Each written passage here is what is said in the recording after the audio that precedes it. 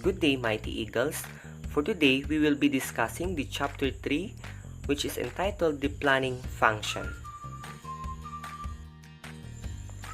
Okay, let's proceed now to our discussion. So, what is planning? Planning is a management function which is futuristic, meaning it is futuristic in its nature because we want to achieve something in the future. It involves the deciding in advance what to do, how to do it, or what are the ways on how to do it, when to do it, meaning we are talking about the time, and who will do it, meaning we are talking about the person who will be doing such planning. Consequently, planning has to do with the conscious choice of patterns of influence on the manager in his attempt to make decision. Meaning, as a manager in making a decision, we need to consider also the different suggestions coming from our subordinates in order for us to come up with a concrete decision for our organization. Okay, let's go now to the different features of planning. First, planning involves design. Okay, when we are going to plan in an organization, of course, we need to design our plan. We need to come up with an organized way of planning. Next, planning attempts to bring necessary action. We are planning because we want to achieve something in the future, or we want to achieve the goals and objectives of the organization. Number 3, planning is focused on the need to achieve. Okay, so in relation to the number 2, which is planning in order for us to create an action, this one is the third, planning to focus on the need to achieve. So we are doing something, or we are moving, or simply we are planning because we want to achieve the goals and objectives of the organization. So the first feature of our planning, it involves just a designing a plan. So in the second, just an action or a movement. So in the third, we are moving because we want to achieve something in the future. So in the fourth feature of our planning, it involves the conscious deliberate response, meaning we must communicate the plans to the different employees, to the different concerned personnel in an organization in order for us to achieve the goals and objectives. This time, we go to the different advantages and disadvantages of planning. First, the advantages would be planning focus on objectives. Of course, whenever we plan, we need to set an objectives. Why we should want to achieve this plan or this decision. So, meaning we are talking about the purpose on why there's a need for us to achieve this kind of plan. Next would be, it minimizes waste before careful analysis. It minimizes waste in terms of probably a time or a money, because whenever we plan, then definitely we will not waste more time consuming actions which is unnecessary in an organization, or probably actions that is considered to be as wrong action in an organization. So in that way, it minimizes waste of time. Okay, next would be planning ensures control through measurement and feedback. So if we have already planned in an organization, then definitely we can control the flow of activities and operations in an organization. Next, the disadvantages. Number 1, the effectiveness of planning depends on the quality of data. So it means that if the data that we've gathered in terms of planning is not realistic or inaccurate, then definitely planning would be very useless. Next, planning is expensive and it involves considerate amount of time and money. Of course, we are planning because we want to achieve something success in the future. That's why it is very expensive. But as the manager of the organization, we must take a look into a positive side, that because of planning, we could be able to achieve the goals and objectives of the organization. Next would be planning delays action, because it is only when plan is completed, the desired action can take place. Okay, so in this manner, we can only see the success or the result of planning if all of the plans are completed. Okay, so we cannot see the result by just merely looking into a process. So we can see the result after this plan are being accomplished or implemented. Okay, let's go now to the different benefits of planning. First, it helps to identify the different opportunities in the organization. Of course, if we already have this plan, then definitely we could be able to identify what are the different opportunities that we can take advantage of in the near future. Next would be, it helps to identify possible problems. If we have these plans, then we could be able to determine what are the problems that will occur in the near future. Next, number 3, it forces the manager to set objectives. Of course, if we are planning, then definitely we have the purpose. Okay, number 4 would be, it forces a manager to set a standard. In order for the organization to have this a good result in terms of planning, then definitely the manager or the superior must set a standard for the employers or the implementers to abide.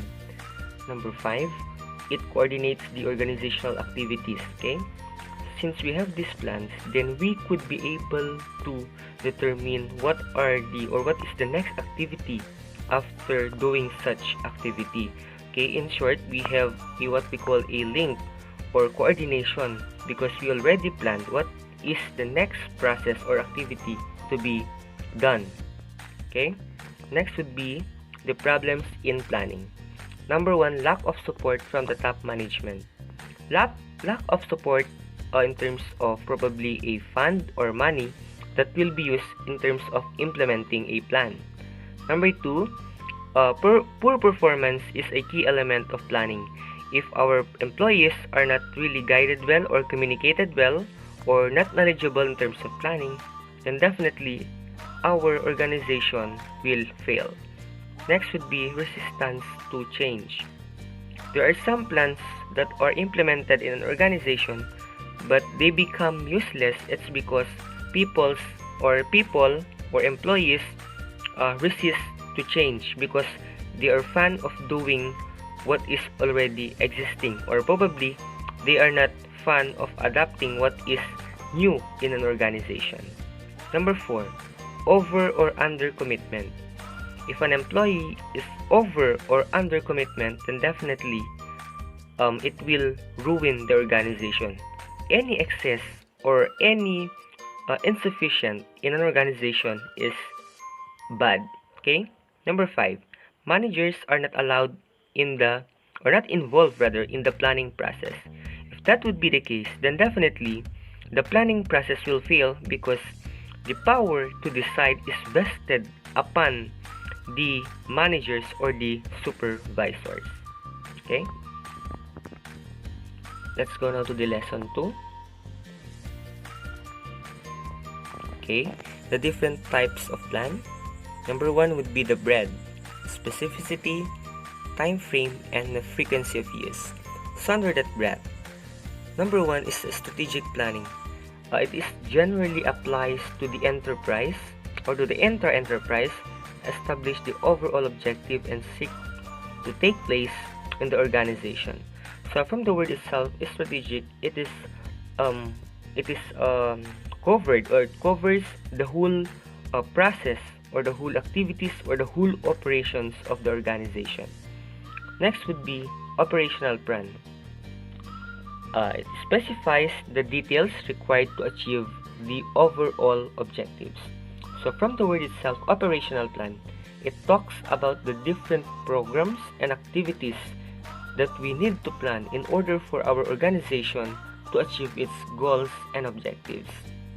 Next, specificity. Okay, so under that, specific plans, these are explicit with a clearly defined objectives. For example, you want to attain a 10% sales volume within the first quarter of the year. It is said to be as specific it's because there is a numerical form indicating what or how many percent you would want to achieve and in what particular term or year you want to achieve that percentage of sales volume. Next would be directional plans. These are plans that give general guidelines. Okay, this type of plan usually involves the instructions coming from the supervisors or the managers. This usually involves a probably teaching, of course, the employees or those who are subordinates who belong to a lower position.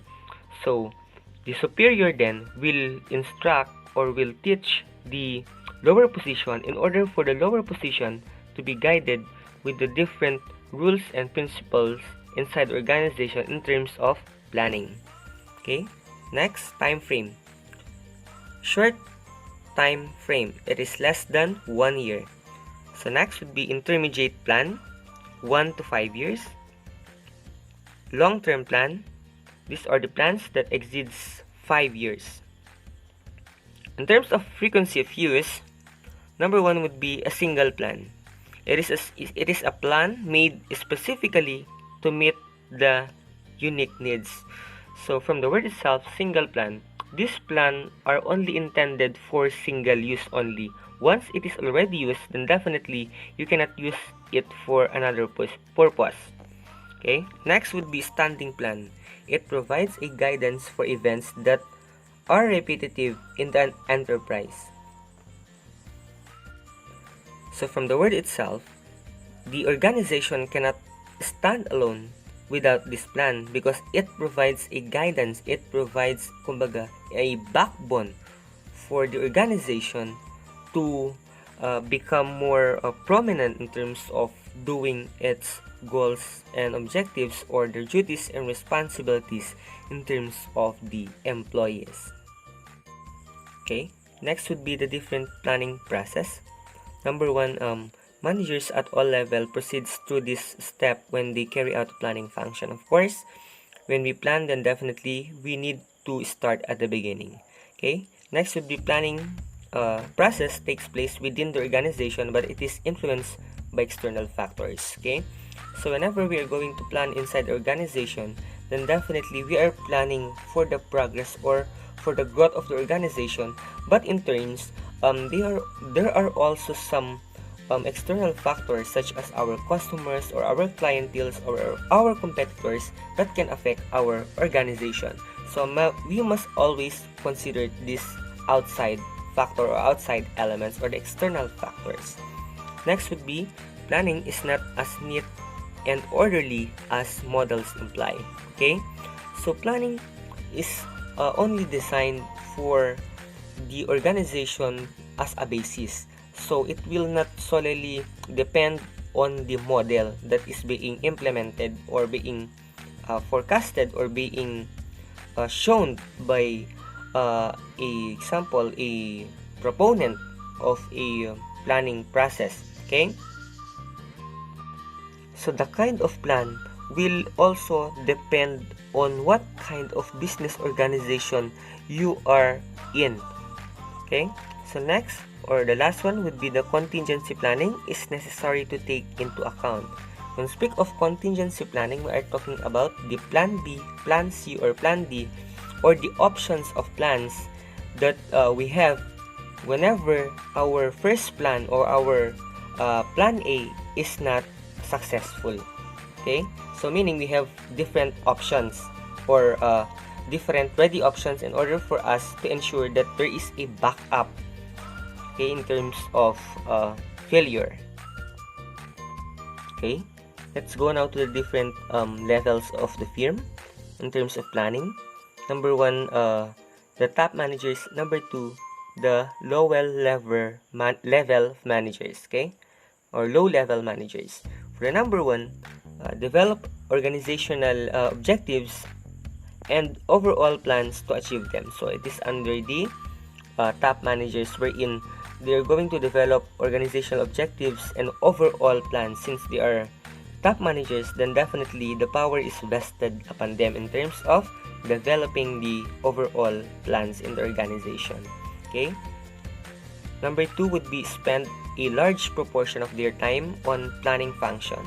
Of course, since the planning function is vested in the manager, then definitely you will devote most of your time in terms of planning, because the success will depends upon you as the member or as the superior of the organization.